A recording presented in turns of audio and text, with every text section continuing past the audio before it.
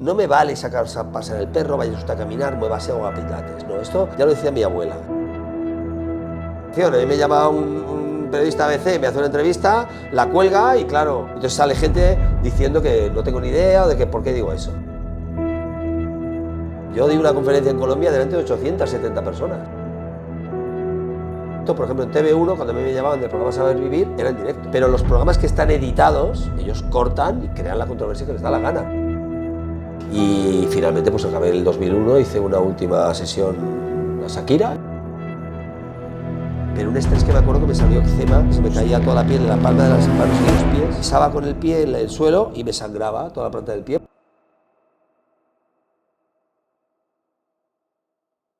Bienvenidos y bienvenidas al segundo capítulo del podcast. Hoy tenemos el placer de traer a uno de los mayores referentes en el ámbito del ejercicio físico y la salud.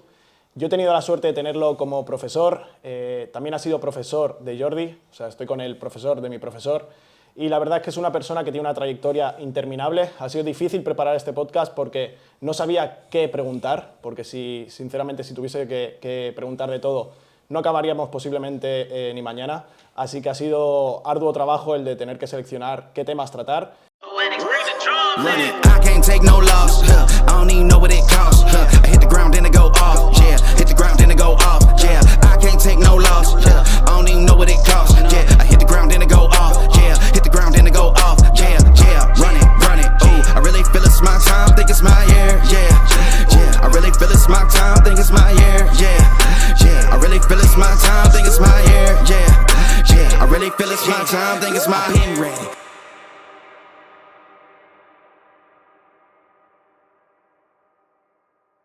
Os introduzco a Felipe. Encantado. Yo cuando me dicen tantas cosas, tanto un currículum tan largo y tantas cosas que he hecho, me siento viejo, porque eso significa que, bueno, pues que han pasado muchos años, estás haciendo cada año muchas cosas del sector que te apasiona y claro, cuantos más años pasan, pues el currículum se va llenando, ¿no? Con lo cual, currículums largos, persona de edad, vamos a dejarlo Pero así. o que ha hecho mucho. Y que ha hecho mucho, claro. Ten en cuenta que cuando uno le gusta algo, a la persona algo, pues claro, está todo el día con ese algo, ¿no? Y además yo me dedico a eso, soy profesor, he sido entrenador en su día, fui atleta en mi juventud, entonces claro, el ejercicio para mí es el centro de mi vida, con lo cual, claro, me dedico a ello, vivo por ello y para ello. Entonces, pues bueno, hago muchas cosas y afortunadamente parece ser que más o menos las hago bien porque sí, no paran de llamarme, voy a la universidad, voy a másters, voy a congresos, me dedico ahora al campo mucho de las enfermedades, también es muy interesante, empecé hace 20 o 25 años con el mundo de las enfermedades y el ejercicio y la verdad es que hay que estudiar mucho porque hay que dominar la enfermedad concreta, la fisiopatología de la enfermedad y entonces tener criterio y decisión para establecer el tipo de ejercicio, la dosis más adecuada, pero al final también ayudas mucho a los médicos, enfermeras, a los propios pacientes y bueno, y en eso estoy. Si tuviésemos que resumir en puntos, tus trabajos han sido docente, divulgador... Primero atleta. Sí, de hecho tengo como las preguntas, que las tengo en el móvil, no es que esté con el móvil porque sí, y lo tengo ordenado un poco como desde atleta. Desde lo más jovencito, sí, yo empecé con atletismo y bueno, afortunadamente empecé a ganar cosas y llegué a ser campeón de España varias veces de mi categorías en medio fondo y eso hizo que, claro, yo me acostumbrara mucho a entrenar, a hacer los entrenos, a estar sacrificado con los entrenos, incluso entrenar mañana y tarde, llegué a estar en la selección española, entonces claro, eso me llevó a un punto de sacrificio y de hábito que en cuanto me enteré que había un grado universitario, una carrera que se estudiaba educación física, pues me apunté a la carrera, que entonces hacía la INEF de Esplugas, ni siquiera había, evidentemente estaba la de Montjuïc, el INEF de Montjuïc, y allí pues ya pude estudiar el grado, ya dejé el atletismo porque suponía entrenar mañana y tarde, no podía estudiar, con lo cual tuve que decidirme por dejarlo. Y eso ya me introdujo pues, en todo el tema de INEF, acabé, hice el doctorado... Porque, o sea, ahora lo estamos como resumiendo todo, pero en verdad hay muchos años, ¿no? Por ahí. Sí, tanto. Ten en cuenta que solo la carrera de INEF eran 5 años, ahora son 4, antiguamente eran 5 años. Hostia, no sabía. Con lo cual, claro, entre una cosa y otra, pues acabas muy joven, porque acabas con 22, 23 años la carrera, inmediatamente pasé a ser funcionario porque aprobé oposiciones de educación física y eso me permitió vivir, en teoría, con mi sueldo de funcionario muy tranquilo y poder dedicarme hacer otras cosas. Porque ¿no? tú como atleta fuiste corredor de fondo. De medio fondo. O sea, yo empecé por fondo y fui campeón de Cataluña y subcampeón de España de cross, pero luego en pista empecé por pruebas un poco más altas, pero enseguida bajé a medio fondo. ¿Medio fondo cuánto? Medio fondo yo participaba en 800, 1500. Venía del 3000, pero me bajé. Ten en cuenta que en esas edades, cuando yo estaba corriendo, yo empecé con 10 y dejé de correr sobre los 19 o 20, hay cambios corporales. Entonces, claro, al principio yo pesaba muy poquito, entonces el cross iba muy bien. Cuando ya te haces más hombre y pesas un poco más, ya tienes que decidirte por pruebas que se acomoden no solamente a tu condición física, sino a tu morfología corporal. Entonces me bajé un poco a medio fondo, yo era muy potente en cuanto a medio fondo, y bueno, pues ahí pude ganar un par de campeonatos de España, hacer buenas marcas y ir con la selección, pero me obligaba a entrenar mañana y tarde. Entonces, cuando llega un punto con 18 que tienes que estudiar o entrenar mañana y tarde, tendrías que decidir. Hubo compañeros míos de selección que no estudiaron, se dedicaron al atletismo. El atletismo lamentablemente no da de comer.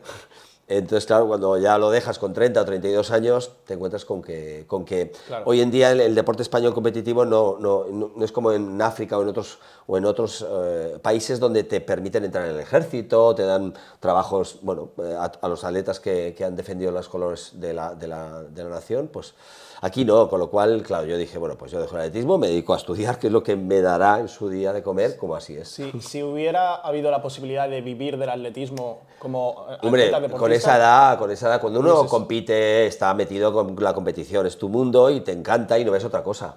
Cuando ya cumples, pues eso, 19, 20 años, has de saber que eso tiene un punto. Sí. Tiene un punto que será 30, serán 32, serán 35, pero hay un punto donde la competición hay que dejarla.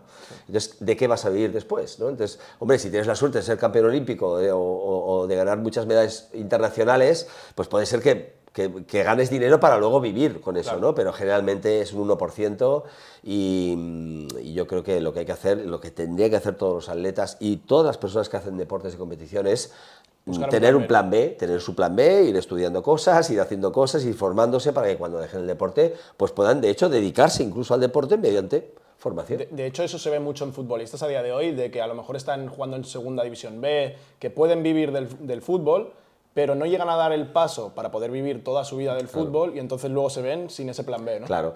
Lo que pasa es que muchas veces hay deportes donde sí te permiten, cuando acabas tu vida deportiva, formarte con la federación. Entonces, sí que es cierto que, por ejemplo, en fútbol pues hay técnico de nivel básico, técnico intermedio, y muchos exfutbolistas acaban siendo entrenadores porque luego se forman, ¿no? Pero hay otros deportes donde no hay esa posibilidad, donde son mucho más escasas esas posibilidades, ¿no? Y luego la persona tiene que valer también para decidirse, para decir, bueno, voy a estudiar. Te lo puedes sacar en más o menos años, pero yo creo que la formación es un valor que no deberíamos perder como personas, pero no solamente ya porque te pueda dar de comer más tarde o no, sino porque nunca tienes que dejar de formarte. O sea, yo ahora mismo soy catedrático de educación física, me puedo jubilar de aquí a 2 o 3 años de funcionario, porque yo ya tengo de 58, o voy a cumplir 58, y yo sigo estudiando. Yo sigo dedicándome 1 hora al día, 1 hora y media al día, pues a repasar cosas que no sé, a repasar conceptos que no los tengo claros, o el sistema límbico. Ahora estoy con el sistema límbico. Claro, por eso ahora. Claro, bueno, porque yo veo que hay muchos huecos que llenar. Entonces, claro, a mí me preguntan, no sé, por decir algo que se aproxime a vuestro campo, ¿no? Que también es el mío, ¿eh? Me preguntan por hipertrofia. Un momento, no es fácil. Es decir, aquí hay muchas variables y hay que controlarlas todas y luego saber moverlo todo en el punto para esa persona, pero esa persona nunca es la misma, mañana no es la misma persona. Entonces, al día siguiente o a la semana siguiente o al mes que viene, hay que volver a cambiar fichas y hay que controlar muy bien esas fichas, entender muy bien qué es lo que está ocurriendo a nivel molecular allí dentro, porque tienes que entender a que los cambios que vemos de fuera vienen gracias a cambios internos. Entonces esos cambios internos los tienes que controlar, si no tú estás jugando al azar, tú estás haciendo cosas a ver si salen. Afortunadamente el ejercicio es tan bueno que muchas veces salen cosas. Es decir, lo tienes que hacer muy mal, lo tienes que hacer muy mal para que no salgan bien o salgan regular, pero si realmente los trabajas bien, es cuando realmente ves los frutos. Y eso es a base de esfuerzo y de estudiar, y de que te guste el estudio. Al fin y al cabo es como lo que marca la diferencia de una persona que a lo mejor consigue mucho más que otra, el no parar de formarse, el no parar de querer más, ¿no? Claro, es que el formarte te empodera. Es decir, en cuanto tú sabes cosas que otros no saben, claro, te sientes mejor. Te sientes mejor que otros, con lo cual, claro, eso te va empoderando. Yo a mis estudiantes siempre les digo, si no os gusta, hacer que os guste. O sea, lo que no puedes hacer es estudiar solo lo que te gusta. No, tú tienes que estudiar lo que crees que te puede hacer mejor. Y en cuanto empieces a ver esas cosas que te están haciendo mejor, te empoderas y quieres saber más. Y ese es el punto donde hay un cambio, lo que llaman corteza prefrontal, que se madura a una edad, generalmente entre los 22 y los 25 años, que es cuando hay un salto cualitativo en decir, yo necesito saber si es que quiero dedicarme a algo donde el conocimiento es importante. Entonces, en el sector del ejercicio, el conocimiento es importantísimo, porque si no, no sabes lo que estás haciendo. Estás haciendo, pero sin saber lo que estás haciendo. Y relacionado con eso, yo veo que mucha gente que se dedica al sector del ejercicio físico en general se engloba mucho, o sea, se centra mucho en querer aprender más en todo lo relacionado con el ejercicio físico, ¿no? Pero, ¿cuánto de importante crees que es también aprender otros ámbitos? Porque no se vive de conocimiento y ya está, ¿no? Hay que saber moverse luego, hay que saber... Está claro, pero fíjate, todo es conocimiento. Sí, es decir, al final todo es conocimiento de unos sectores o de unas áreas o de otras. Entonces, ¿qué es lo ideal? Lo ideal es que tú domines mucho tu área, cuanto más mejor. También hay cierto punto de parálisis por análisis, es decir, analizar demasiado una cosa te puede llevar a que al final no puedas tomar decisiones. Por lo tanto, también un punto donde decir, bueno, saber más de esto no me va a hacer cambiar mi decisión sobre la dosis de ejercicio. Me puede interesar saberlo, pero hasta aquí me puede ayudar a cambiar cosas, pero hay un punto donde ya más no es mejor. Pero sí que es cierto lo que dices, que entonces te tienes que relacionar con otros profesionales de otras áreas. Yo tengo la suerte de estar hace 20 y pico de años pues, rodeado de médicos, de fisios, de nutricionistas, y claro, eso sí que te van aportando y tú aportándole a ellos, con lo cual al final el equipo multidisciplinar es la base, ¿no? Yo siempre le digo a los estudiantes que primero tienen que saber de lo suyo y luego tienen que incluirse o hacerse ver en equipos multidisciplinares, donde ellos aprendan de otros, otros aprendan de ti, y al final el que se beneficia más es el paciente, porque el paciente necesita un equipo. Yo no puedo saber de medicina porque no soy médico. Puedo saber, pero no soy médico. Puedo saber de nutrición, pero no soy nutricionista. Entonces yo sé de lo mío. Si yo me junto en un equipo con el que sabe de lo suyo, pues esto es como un equipo de fútbol. El portero es el portero, el defensa es el defensa y es el equipo el que finalmente gana, ¿no? Con lo cual sí que es cierto que hay que no conocerlas, pero realmente juntarte con otras personas que suben. Eso, mira, cuando estaba preparando el podcast, Jordi me dijo, hay algo muy interesante de Felipe, que es una persona que se nota que le gusta aprender de los demás también, que aprovecha mucho cualquier situación para decir, o si esta persona es buena en esto, pues yo me voy a sumar a aprender de esto. Y yendo incluso por otro ámbito, tú eres una persona que ha salido en Televisión Española, en La Vanguardia, en el ABC, has escrito libros, 6, 7, 8 o algo así, he visto algo así.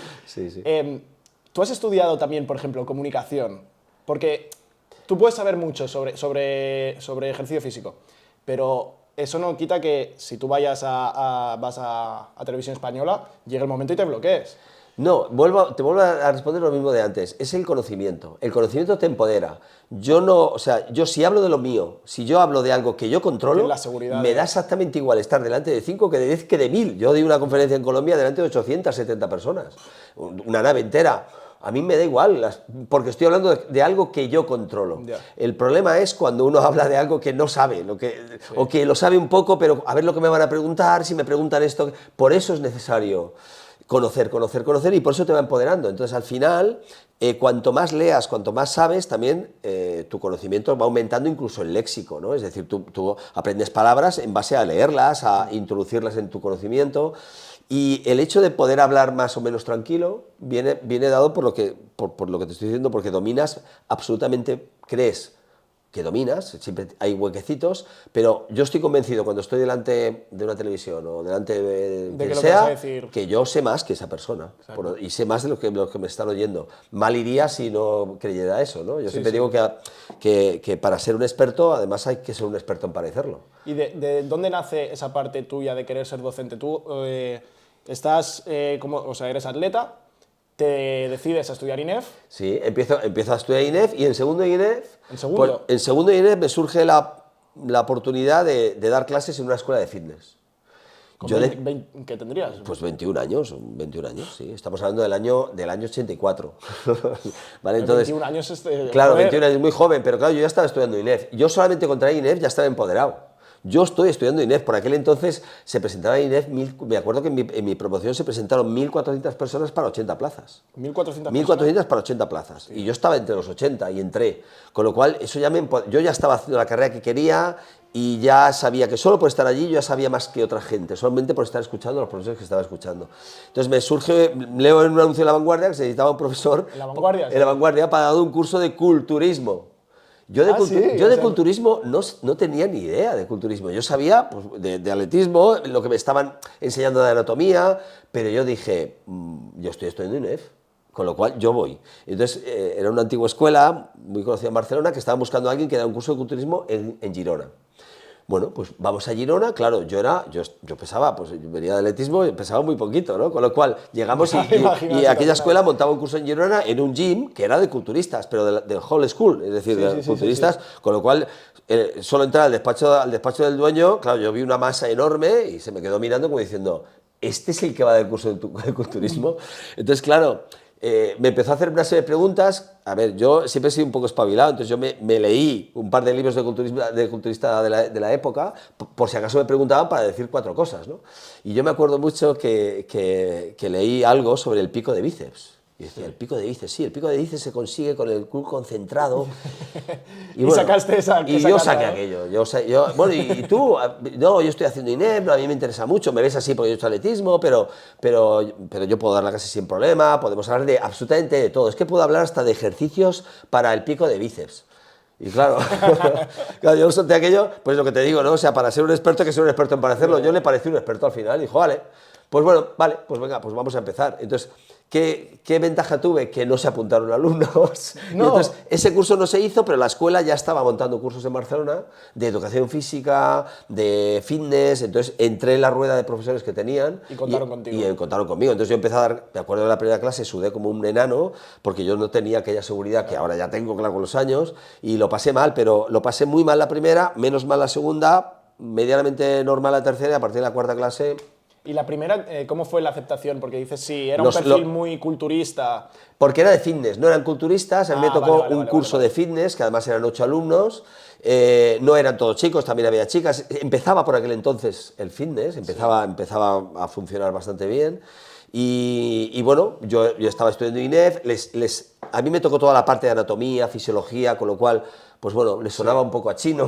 Ellos sabían mucho de práctica, pero no de todo el concepto de fisiología y anatomía. Por ahí yo estaba encima de ellos, y aunque la primera clase lo pasé mal, incluso yo me acuerdo que una chica me dijo, estás sudando mucho, y no sé si era enero, pero sudé como un pollo. Tengo 21, 22 años. Sudé como un pollo, pero esto es como esquiar. O sea, te puedes caer al principio, es normal, forma parte del camino, pero cuando ya llevas unas clases... Vuelvo a repetir, yo me empecé a empoderar porque me di cuenta que, claro, yo sabía cosas que ellos no sabían y, por lo tanto, me obligaba yo a estudiar cosas que luego tenía que enseñar y que no me las habían dado en INEF todavía, porque claro, yo estaba en segundo y había cosas que yo tenía que dar. Yo me acuerdo mucho del sistema aeróbico y anaeróbico de aporte de energía, que yo lo tuve que impartir en ANEF y a mí no me lo habían impartido todavía en INEF, con lo cual yo tuve que comprarme libros y eso ya me hizo adelantarme a siempre te tienes que formar, independientemente que tú estés haciendo un curso donde te estén formando. Luego hay una formación tuya propia que es necesaria para empoderarte, para saber y para evitar la pregunta incómoda, que es la que no sabe responder. Esa pregunta que no sabe responder, yo tuve muchas al principio, pero claro, cuando ya me las hacían, yo siempre he sido muy sincero y decía, mira, no lo sé, no te sé responder, pero no te preocupes que el próximo día yo te la respondo. Y yo llegaba a casa y el siguiente día se la respondía. Con lo cual, claro, esas preguntas cada vez eran menores porque a veces se repetían algunas de las que habían hecho, que ya sabía la respuesta, y es una rueda que no para. De hecho, siempre se ha dicho que la mejor forma de aprender es enseñar, ¿no? O sea, claro, es aprender enseñar es aprender 2 veces. Tú te lo tienes que aprender y luego a la hora de impartirlo lo tienes, notas si lo sabes o no. Claro. Yo siempre he dicho que lo que no puedas explicarle a tu abuela es que no lo sabes. Es decir, cuando algo complejo te toca explicarlo de una forma simple, porque los que tienes delante están empezando, el traducir algo muy complejo de una forma simple hace que tú controles, que tú sepas que eso lo controlas. Como te líes con palabras extrañas y con nociones raras, que todo el mundo no entiende nada... De hecho, nosotros siempre lo decíamos, que al final un buen docente es el que le hace aprender al otro lo que tiene que aprender. Claro. Y hoy en día hay como una tendencia a magnificar. Mal dicho, a querer poner la polla encima de la mesa. Sí, ¿no? Yo la tengo más grande. Yo soy el que más sabe, soy el que más conceptos... Que de vez en cuando no va mal. Porque siempre hay alumnos que, bueno, que te miran con recelo diciendo, ¿qué me va a enseñar? Ya. Porque a lo mejor no te conozcan, o yo qué sé, ¿qué me va a enseñar? ¿No? Entonces, de vez en cuando alguna palabreja no va mal para decir, hostia, y esto no, pues mira, si en vez de decir celulitis digo paniculopatía de hematofibrosclerótica, pues dice, a ver, vale, este a lo mejor tío, sí que sabe. claro, a lo mejor sí que sabe algo, ¿no? Por decirte algo. Entonces, de vez en cuando una puya no va mal, pero luego tienes que simplificar, tienes que hacerlo muy, muy sencillo para que la gente aprenda, porque al final uno tiene que ser empático y saber que todo lo que tú quieres explicar lo tienes que adaptar a las personas que tienes en clase. A mí, yo eso lo vi muy claro tanto con Jordi como con Miguel Ángel, que son personas que son perfectas para ese primer nivel, que pueden darte otro nivel, sí, pero hacen entender perfectamente ese primer nivel. ¿Me explico? La dificultad de una clase es cuando tienes una clase polarizada. Es decir, tienes gente muy adelantada y a la vez tienes gente pues, neófita que acaba de entrar. Entonces, bueno, pues esto dificulta porque tienes que explicar un término medio, donde a unos les parece muy difícil y a otros, bueno, le parece fácil. Prefiero el término medio que no dirigirme solamente a un polo de la clase que sepa mucho y los otros se queden sin conocer. Pero al final vuelve a ser lo mismo. Los años te van haciendo que tú tengas tus herramientas para que todo el mundo más o menos vaya quedando contento, aunque sea con tutorías individuales donde le aclares algunos conceptos a gente que luego te va a preguntar o que tengan dar la confianza como para que te pregunten, en los descansos o al terminar la clase o mediante un correo, te hagan unas preguntas que en clase muchas veces pues no se atreven a preguntar. Eso es verdad, porque hay profesores que te dan esa confianza de poder preguntar y demás y hay algunos que no. Que son también depende de la clase, muy ¿no? cortantes. Yo te digo profesores universitarios muy cortantes, ¿no? Que decías, bueno, está ahí dando la clase, pero yo no me atrevo luego a irme a hablar con él porque lo mismo me dice, pero ¿cómo es esa pregunta de absurda? ¿Cómo es? Entonces, claro, hay muchos profesores que cortan y evitan que el alumno pregunte. Realmente no hay preguntas de tontos, hay tontos que no hacen preguntas. 100%. O sea, uno tiene que preguntar lo que no entiende, porque es que si no, el siguiente nivel o el siguiente punto de conocimiento, si está basado en lo anterior, no vas a entender. Entonces, te tienen que quedar claras las cosas. Ha habido libros que los he tenido que releer 2 o 3 veces, porque hay libros de fisiología o capítulos que lo acabas y dices, no he terminado de entender la mitad de conceptos, vuelta otra vez. Vuelta otra vez, y si no lo entiendes, pues vuelta otra vez. Y si finalmente no terminas de entenderlo, a lo mejor es que no está bien explicado, y por lo tanto pues te vas a otro libro, o otro documento, o otro capítulo que te lo aclare, ¿no? O ahora mismo con internet, puedes encontrar absolutamente de todo. Y entonces tú empiezas a convivir, o sea, tú estás en segundo de carrera y acabas la carrera... Acabo la carrera y ya llevo 3 años dando clases, sobre todo en ANEF, que yo empecé, lo que antiguamente era FEAT.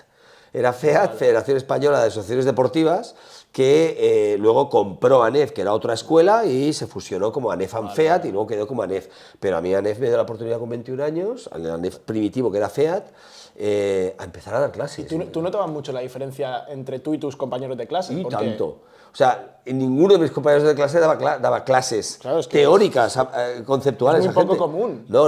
Entonces, claro, yo acabé con sobresalientes, con excelentes, la carrera, porque claro, yo iba muy por delante de mis compañeros, porque había temas que cuando nos los explicaban, yo ya los sabía, me los había tenido que estudiar yo solo y explicado a gente que me había hecho preguntas y yo le tenía que volver a responder al día siguiente, con lo cual yo fui exponencial en la carrera, de primero a quinto yo hice un subidón de notas impresionante por el simple hecho de dar clase. Y ¿tú has acabado siendo profesor también de la Claro, yo acabé con la carrera, hice mis oposiciones, las aprobé a la primera de funcionario y unos años más tarde me apunté al doctorado, me saqué el doctorado y luego a nivel de funcionario pues subí hasta catedrático con otra oposición y con lo cual pues conseguí las metas más altas y aún así yo me sigo interesando por seguir estudiando, porque da igual la titulitis, o sea, tú puedes tener, a nivel académico es muy importante llegar a lo más alto que puedas, ¿sí? A nivel económico, a nivel conceptual, donde puedas llegar, y a nivel profesional igual. Yo, dentro de ser profesor, pues yo quería ser catedrático porque era lo más alto. Una vez que llegas a esos topes, ya no importa tanto si eres doctor, si eres catedrático, lo que importa es lo que sabes. Entonces, claro, cuando yo voy a un congreso médico, todos son doctores, claro, todos saben mucho, entonces yo tengo que saber de lo mío, que es ejercicio, entonces si yo voy a un congreso de diabetes, tengo que saber de la patología de diabetes para tomar decisiones de ejercicio, porque la mayoría, cuando yo empecé con enfermedad, todo era cardio, moderado, suave, vida activa, muévase. Entonces, claro, yo decía, esto no puede ser. Aquí hay varios tipos de ejercicio, podemos hacer neuromuscular, podemos hacer cardiorrespiratorio, podemos hacer amplitud de movimiento, no puede ser lo mismo que una persona con un cáncer que le están tratando con quimio, le digamos que tiene que hacer un cardio para subir V2 Max suave en zona 2, y a otra persona que tiene diabetes le digamos que tiene que hacer un cardio que también regula el nivel glucémico. No puede ser, esto tiene que, por aquí hay otras cosas, ¿no? Entonces por ahí surgen ya los tipos de ejercicio y las dosis de ejercicio. Es cuando yo empiezo a trabajar en investigación y con compañeros, Juan Ramón Heredia, Guillermo Peña, un montón de gente muy buena, empezamos a valorar el tener documentos que vayan más allá del deporte, es decir, de la teoría del entrenamiento deportivo que había entonces, y se fueran más hacia el mundo de la salud y del fitness, ¿no? Entonces, conceptos de volumen, de frecuencia, de intensidad, de densidad, de metodología, surge a final de los 90 cuando nosotros empezamos a publicar esos conceptos y cómo medirlos en gimnasio, bueno, ¿no? Y eso no había nada hasta entonces. A raíz de esto, ¿crees que hay desconocimiento de los médicos en cuanto a ejercicio físico? Muchísimo. Claro, tienen un problema. Los médicos es que estudian muchísimos años, son 6 años de carrera, 5 o 6 años de MIR, es muy complicado. Acaban siendo embajadores de la enfermedad, es decir, tratando la enfermedad, no tratando la salud. Ya. Con lo cual la medicina preventiva básicamente no existe, está como especialidad pero no existe. Entonces, claro, en su currículum, aunque depende de la facultad donde estés, pero no hay suficientes horas de ejercicio ni hay suficientes horas de nutrición, que son las dos patas de la salud. Entonces, claro, desconocen mucho. Yo los entiendo y yo lo que creo que tengo que hacer es formarles. Claro. Con lo cual, claro, yo no puedo culpabilizarles de nada, sino que lo que tengo que hacer, porque estoy trabajando con ellos, es formarles. Formarles en aquella dosis mínima eficaz. Es decir, cuidado con lo que decís, lo poco que decís, porque tenéis poco tiempo en consulta, lo poco que se dice tiene que ser eficaz. Yeah. No me vale sacar a pasar el perro, vaya usted a caminar, muévase o haga pilates. No, esto ya lo decía mi abuela, eso es ineficaz y no hay adaptación. Por lo tanto, vamos a decir cosas que sean eficaces. Y yo les enseño las 4 cosas, los 4 mensajes clave, descubren la bomba, porque hasta entonces yo siempre he mandado a caminar a mis pacientes. Si yo no digo que les digas recomendación de vida activa, que es caminar, sí, eso es actividad física, pero cuando hablamos de ejercicio lo tienes que pautar, y el ejercicio pautado es seleccionar el ejercicio, primero valorar a tu paciente, ver cómo está, y en relación a su gusto, tiempo, preferencia y condición física, pautarles un tipo de ejercicio adherente, es decir, que continúe, por lo tanto el mejor ejercicio es el que se hace, y que luego sea en tipo y dosis adecuado a sus características y progresivo. Si tienes que derivar, deriva. Claro. Si tienes que derivar, pues derivas. O primera dosis mínima eficaz y usted cuando ya se encuentre bien, gane fuerza, no le duele tanto la espalda, no le duele la rodilla, etcétera, pues entonces va usted a un profesional que le progresará la dosis. De hecho, eso es la idea. Yo, por ejemplo, a mi madre hace poco le diagnosticaron osteoporosis y el consejo fue sal a caminar. Claro, ya, bueno. ¿no? Que es mejor que estar sentado, obvio, ya, y respirar obvio. Es mejor que no respirar, sí. Pero es que me parecen perogrulladas, ¿no? Y fue ahí cuando yo hablé con Jordi y ideamos un plan de entrenamiento muy sencillito, y justo el otro día me decía, me encuentro mucho mejor, me noto más fuerte. Claro, el hueso necesita estímulo, el hueso es el novio del músculo. Sí, sí, con lo cual, claro, el músculo le tiene que dar estímulo. Si no le da estímulo muscular suficiente, el hueso sigue perdiendo, sigue bajando densidad mineral ósea. Entonces, tiene que tener una intensidad adecuada que provoque adaptaciones. ¿Caminar le puede provocar adaptaciones en personas, por ejemplo, enfermas? Sí, ¿por qué no? Es decir, una persona que viene con un V2 Max de un 21 mililitros kilo minuto, claro, la saco a caminar, puede caminar 10 minutos, 5, 8, ¿le puede provocar adaptaciones? Sí, pero en gente que no tiene una enfermedad grave, mandarla a caminar es como si yo cojo un boli y hago bíceps. Sí, ¿me explico? Entonces al final dices, bueno, cambiemos conceptos, es decir, ejercicio, prescripción, valoración del paciente y prescripción en tipo y en dosis. Y si hay que escoger entre cardio y fuerza, pues escoges. Porque yo también voy en contra del buen rollismo. El buen rollismo es, hay que trabajarlo todo. Ya. ¿No? Hay que trabajar cardio, hay que trabajar ADM, hay que trabajar fuerza, hay que trabajarlo todo. Ya, pero es que tengo una persona sedentaria. Entonces, un sedentario que de repente le digas hay que trabajarlo todo, pues se le hace un mundo. Por la tarde. Claro, se le hace un mundo. Entonces, claro, escoge, selecciona, sé eficaz, empieza por algo que realmente no te beneficias, porque la única manera que sea adherente a algo es que se noten los beneficios. Yo lo tengo comprobado. Al paciente sedentario no le gusta hacer ejercicio, entre otras cosas porque no nota beneficio con lo que le están diciendo. Si va a caminar no nota gran beneficio, al principio sí, pero luego ya no nota beneficio. Entonces tiene que notarlo y le tienes que dar conocimiento a las personas, hay que educarlas, hay que perder un tiempo de consulta en decirle, mira, la importancia que tiene el músculo en la salud es brutal, porque por biología perdemos masa muscular cada año a partir de los 35 y a partir de los 50 va en picado. Si pierdes músculo, pierdes hueso.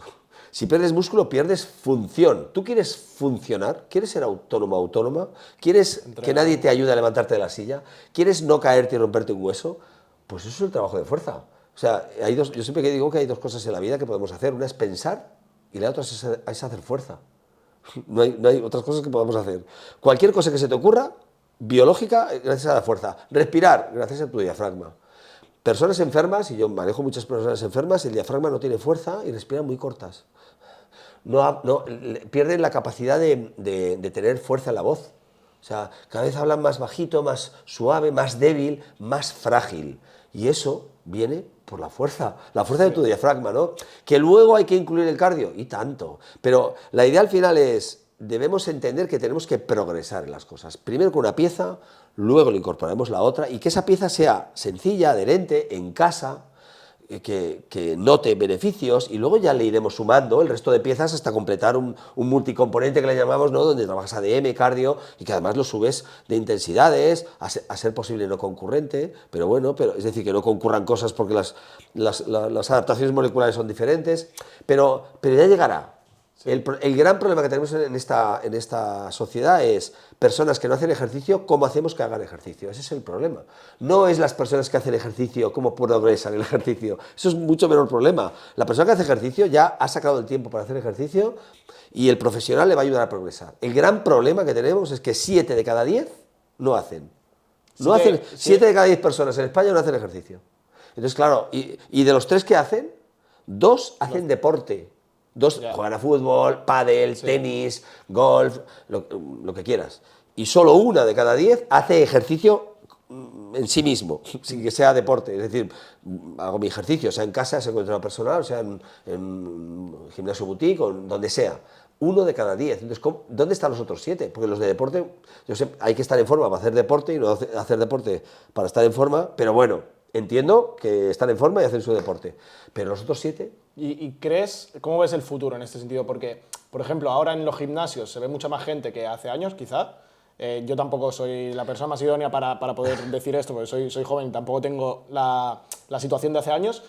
Pero a la vez también cada vez hay más tendencia a no moverse. Facilidades de pedir comida a domicilio, de absolutamente todo, ¿no? Hay una polarización. Seguimos con los 7-3, 7 que no hacen, 3 que hacen, pero hay una pérdida de jóvenes, sobre todo, que se dirigen hacia el deporte, se dirigían antes hacia el deporte, que ahora tiran más al fitness. Es decir, el fitness como está ganando, como tal ahora, está ganando en usuarios, en cantidad. Sí. Se está perdiendo en federaciones deportivas, por ejemplo, en el atletismo hay muchísimo menos atletas que antes, sobre todo en los deportes que son minoritarios. Se está perdiendo mucha gente que se está pasando al ejercicio, me parece bien, pero se siguen los 7 personas de cada 10 que no siguen sin hacer ejercicio. Yeah. Y esas 7 que no hacen ejercicio tienen un gran problema, que la alimentación es mucho peor. Es decir, la nutrición son personas sobrealimentadas y malnutridas. Es decir, acceso a muchos alimentos, pero lamentablemente con pocos nutrientes o con un desequilibrio de nutrientes, ¿no? Entonces nos estamos encontrando con los malnutridos, que es gente o un exceso de nutrición, de nutrientes que se van, por lo tanto, hacia sobrepeso y obesidad, o desnutrición, que es porque tengan enfermedad de TAC o por otras cosas que se van hacia un déficit, hacia anorexias, y muchísima gente normopeso y malnutrida. Yeah. Y claro, eso significa pérdida de masa muscular, pérdida de hueso, condición física bajísima, y entonces nos estamos encontrando con personas con diabetes, en normopeso, con diabetes tipo 2, con 26 años, 25 años, algo que antes se veía con 50, 60, y ahora se está viendo con una alimentación, un páncreas trabajando azúcar, sacando insulina, desde pequeñitos, con los chuches, con los donuts, pues, entonces claro, el ejercicio podía sacar a mucha gente de esa enfermedad, aunque siguieran comiendo mal, fíjate. Es decir, el ejercicio tiene como factor independiente, tiene beneficios. Independientemente de lo que tú comas, tiene beneficios. Que luego comes mejor, ideal, pero tiene beneficios que son brutales para la salud. Es decir, menos mortalidad prematura, menos morbilidad, solo con hacer ejercicio, ¿no? Y lamentablemente 7 de cada 10 sin hacerlo y encima malnutridos. O sea, si tuvieses que elegir una entre entrenamiento y nutrición... Hombre, el ejercicio va por delante siempre. Siempre. Va por delante siempre, no lo dudéis. Es decir, otra cuestión será, estoy en una situación y quiero bajar de peso, quiero perder el exceso de adiposidad. Vale, pues ahí la nutrición juega mucho, ¿no? Si tú quieres bajar porcentaje de grasa, tienes que trabajar muy bien la nutrición. Pero el ejercicio como componente de salud está muy por delante. Es decir, yo conozco muchísima gente malnutrida y que está haciendo ejercicio y mantiene una condición física, un V2 max, una fuerza adecuada, que es lo que realmente le está previniendo la mortalidad prematura o la morbilidad o la posibilidad de tener enfermedades. Por lo tanto, si yo tuviera que elegir, el ejercicio por delante. Sí. Ahora, volviendo un poco al punto de la docencia, ¿vale? Porque había un par de cosas que tenía en mente que te quería preguntar. Uno, cuando tú te hiciste catedrático, no había muchos en ese momento. No, fui el catedrático más joven de España con 41. Sí, se necesitaban 18 años, creo recordar, de funcionariado como requisito indispensable para acceder a la posición de catedrático, y yo los cumplía en enero, yo cumplía los 18 años tal que en enero, y yo me presenté en febrero. Yo no hice la mili, porque yo me libré de la mili, para hacer atletismo me libré de la mili, con lo cual, claro, yo nunca repetí ningún curso, ni en el antiguo BUP, ni en COU. Claro, yo estaba, o sea, todo lo fui cumpliendo por edades, acabé la carrera, me metí de funcionario en el primer año siguiente y a los 18 años me sale el concurso de cátedra. Con lo cual, claro, con 41 fui catedrático, me enviaron el título desde Madrid, conforme era catedrático. Ahora mismo, a día de hoy, ¿tienen que pasar estos 18 años también y demás? No lo sé, creo que siguen pasando los 18 años, vale. Pero la verdad es que no sé si ha habido alguien que me... Claro. En su momento, aquello me hizo ilusión con 41, le hizo más ilusión a mis padres que a mí, pero con 41, ahora ya 16 o 17 años más tarde, no lo sé, pero posiblemente algún adelantado pues también puede ser catedrático, pero no es importante. Y tú que eres docente de universidades, másters y demás, ¿cómo ves la carrera a día de hoy? La veo muy mal. Sí, ¿no?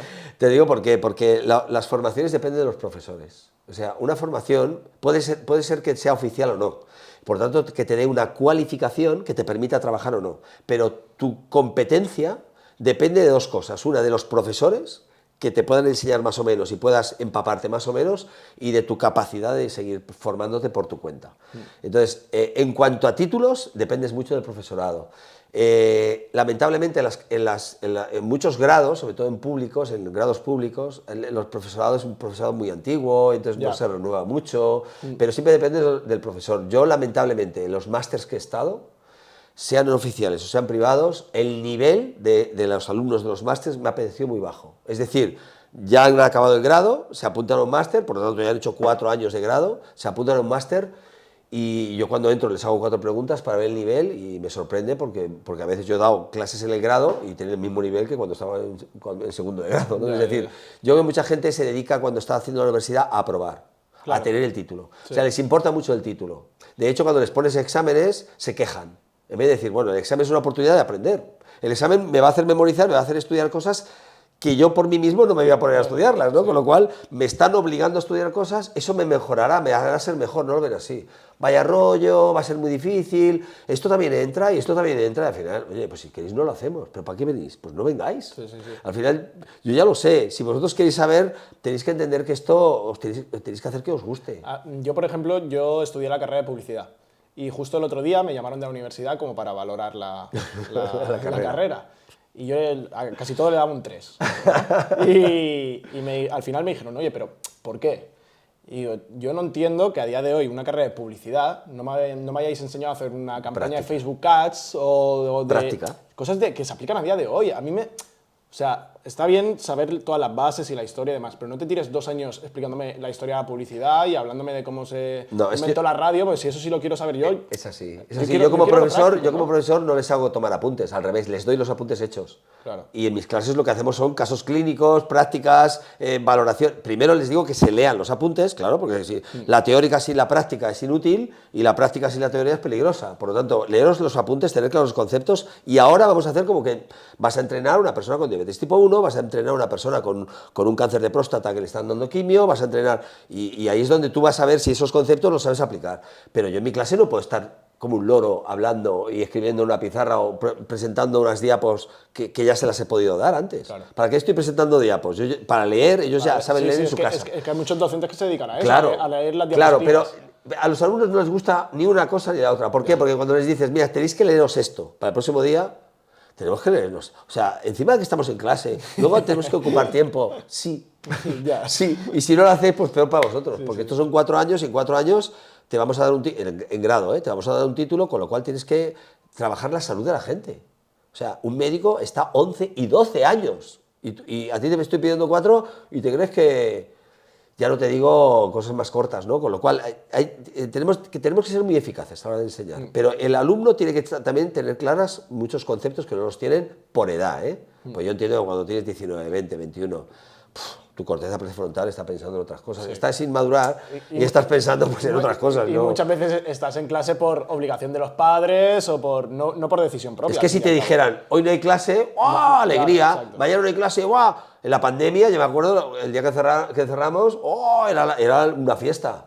Pero, tío, o sea, nos están encerrando en casa, no vamos a tener clase y es una fiesta, pues ¿para qué venís? Ya.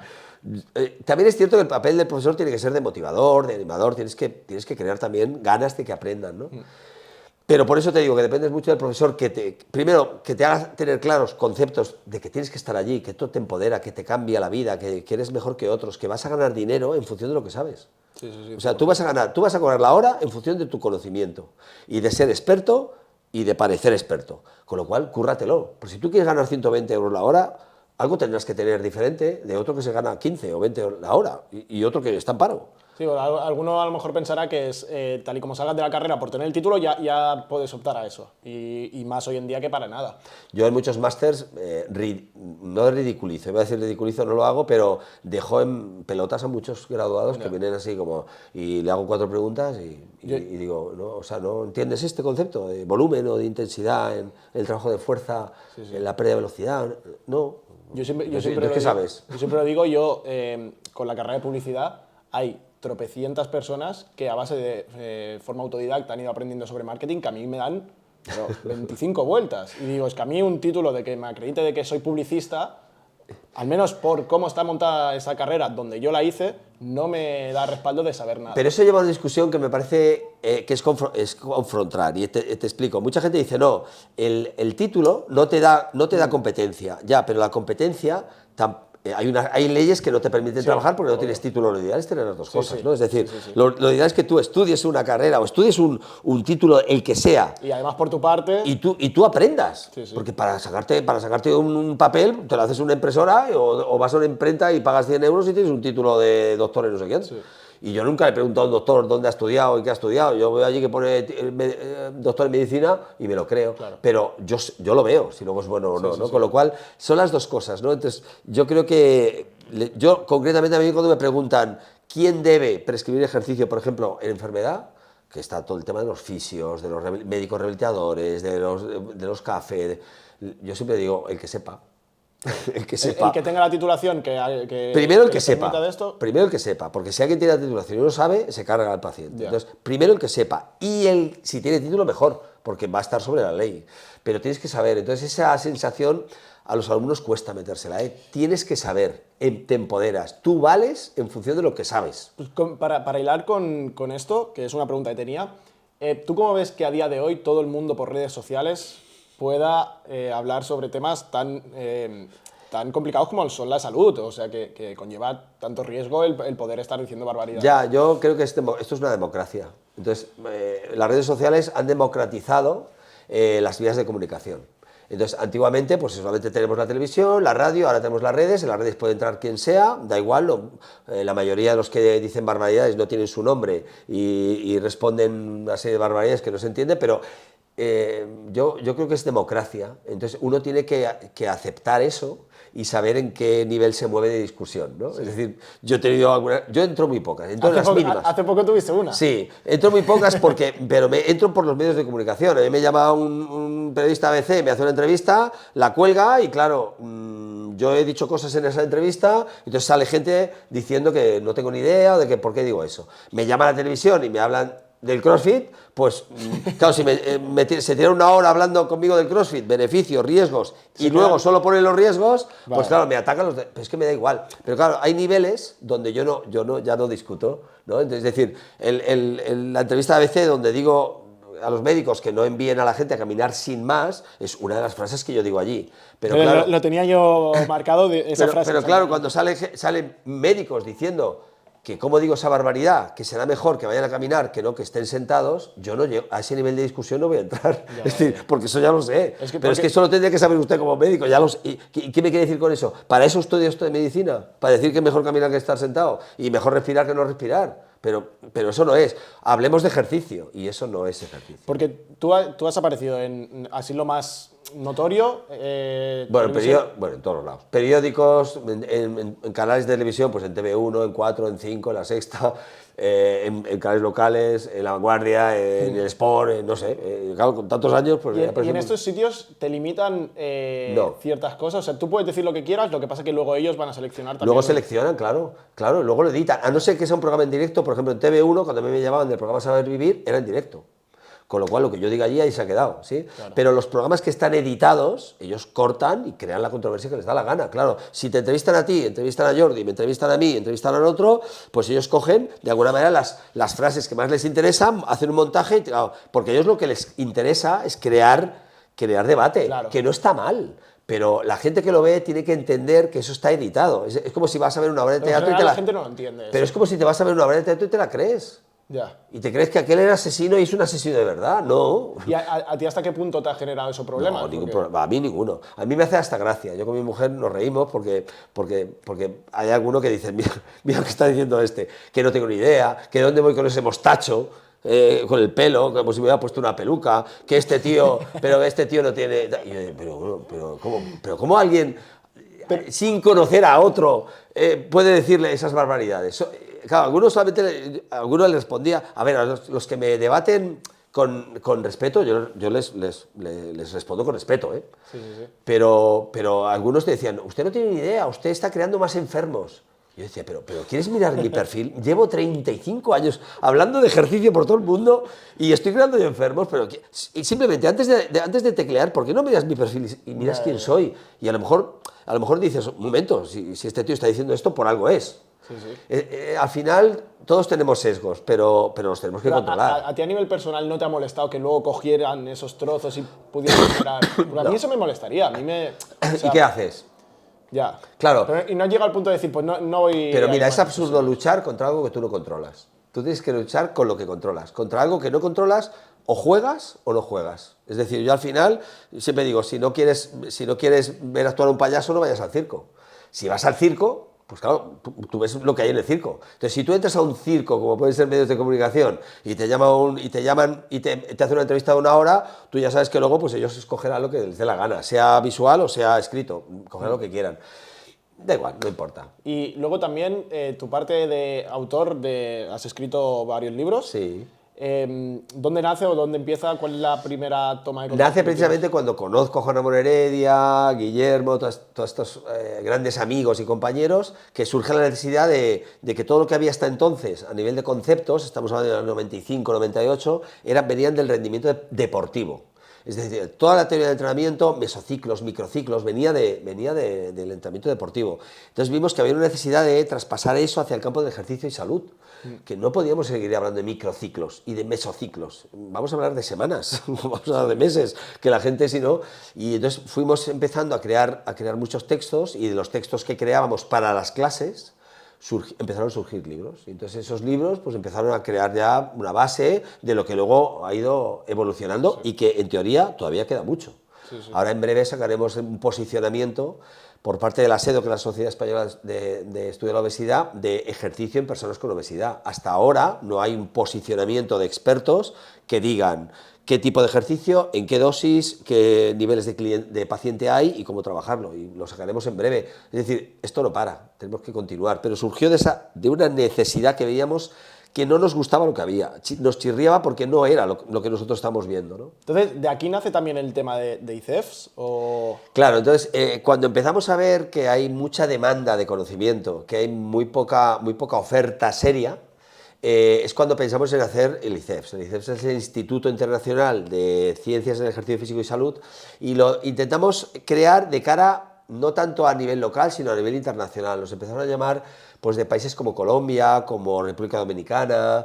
Entonces, claro, teníamos que llegar con alguna cosa más internacional. Entonces, en ese momento creamos el ICEFS. El ICEFS llega a un acuerdo también con una plataforma argentina muy importante, que era GSE sobre entrenamiento, que ya tenía muchísimos miles de alumnos en determinados cursos. Entonces se llegó a un acuerdo, entonces eso potenció muchísimo el ICEFS, y el ICEFS está funcionando muy bien, sigue funcionando. Es una entidad de formación privada, pero con acuerdos, con muchos acuerdos universitarios, y haciendo másters públicos, privados, y el germen pues surgió en un viaje a Colombia, hacia Colombia, de Juan Ramón y yo, que incluso pensamos el logo, pensamos el nombre, y desde allí empezó el ICEFS. Una cosa más. Sí, una de las 4.500 cosas que has hecho. Pues luego también tuviste una etapa de entrenador personal. Sí, al principio, yo cuando empecé en ANEF, empecé a hacer entrenamientos personales. Entonces fui uno de los primeros entrenadores personales que hubo en Barcelona. Por aquel entonces era como de muy sibaritas. Estamos volviendo a hablar pues del año 89, 90, 91, antes de la Olimpiada. Y estuve prácticamente hasta el año 2001 estuve 10 años de entrenador personal, domicilios, hoteles y empresas, básicamente. Tenía varios directivos de la Caixa, tenía personas famosas en hoteles que cuando llegaban a Barcelona pedían entrenador personal, y entonces yo iba a través del hotel y les hacía el entrenamiento personal. Se cobraba muchísimo dinero por aquel entonces, porque eran hoteles de gran lujo, supongo que lo seguirán haciendo, y finalmente pues acabé en el 2001, hice una última sesión a Shakira y finalicé. Luego hice un par de sesiones más a presidentes de la Generalitat, pero fue ya por contactos, por favores, pero ya mi vida ya estaba dirigida hacia la docencia, y en la docencia sigo. Pero esa gente, ¿cómo llega a saber de ti? O sea, mira, en este mundo todo va por el boca a oreja. Ya, es que cuando al principio hablábamos del el controlar también otros ámbitos, aparte del simplemente el hecho de saber sobre ejercicio físico, es porque yo te veo como una persona que te conoce mucha gente, seguro que tiene muchísimos contactos, has estado en muchos sitios.